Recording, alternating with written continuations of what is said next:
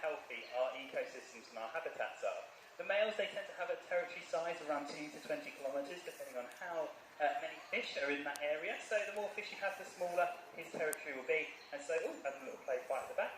And so, yeah, you can work out how healthy our waterways are just in the presence of otters on them.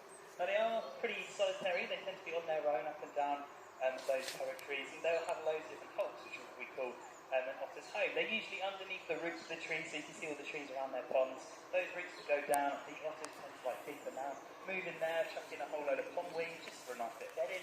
And yeah, that's where they'll make their home. They usually have a few of those up and down their territory. And they tend to only really come together when it comes to breeding. And they're a bit weird for a mammal in Britain, that they don't have a set breeding season.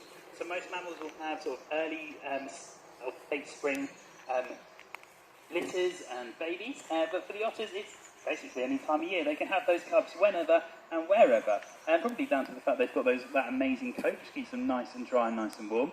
But yeah, they can have their babies in the middle of Christmas, the Christmas holidays if they want to.